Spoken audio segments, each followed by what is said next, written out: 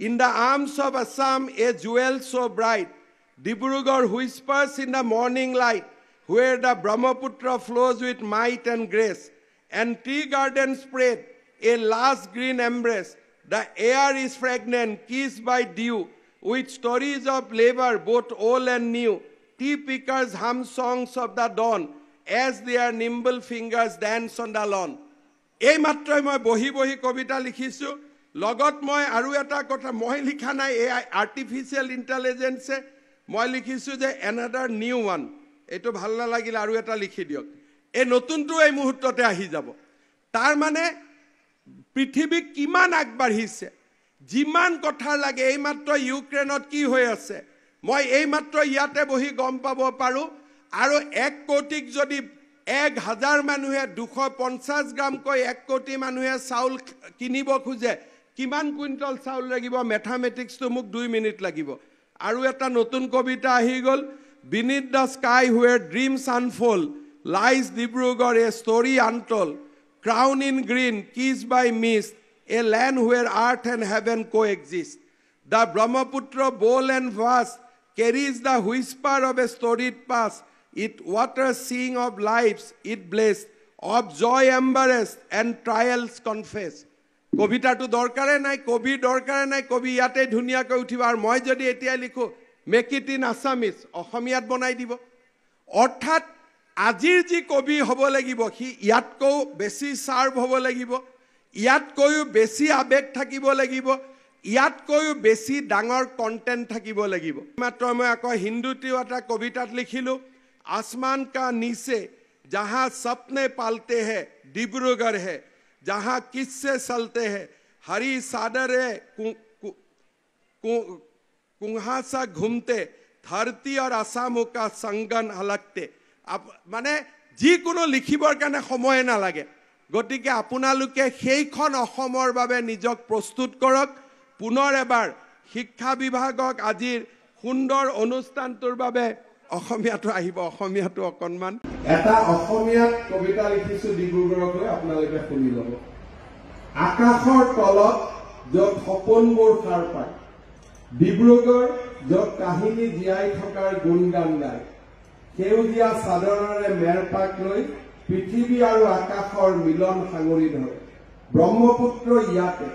গভীৰ আৰু বিস্তৃত কটক কাহিনী শুনাই সম্প্ৰীত तार पानीत बाजे जीवनर गान आनंदर स्मृति और संग्रामर गान चाहर बागिचा सेउजिया मखमलर आसल प्रकृतिये जेन इयाते ढाले सजीव चहकी रंगर तल प्रति पातत आछे परिश्रमर काहिनी हातत स्पर्शत सृष्टि हय सौंदर्यर मणि ओ डिब्रुगढ़ शांत और महान अहोमर माटिर एटी अमूल्य रतन प्रति हृदयत बहि थाके तोर छवि प्रेम और ममतारे आकर्षण करे सकल মই বিখাই কম্পিউটারে লিখি In the arms of Assam, a jewel so bright, Dibrugarh whispers in the morning light, where the Brahmaputra flows with might and grace, and tea gardens spread a last green embrace. The air is fragrant, kissed by dew, with stories of labor, both old and new. Tea pickers hum songs of the dawn, as their nimble fingers dance on the lawn.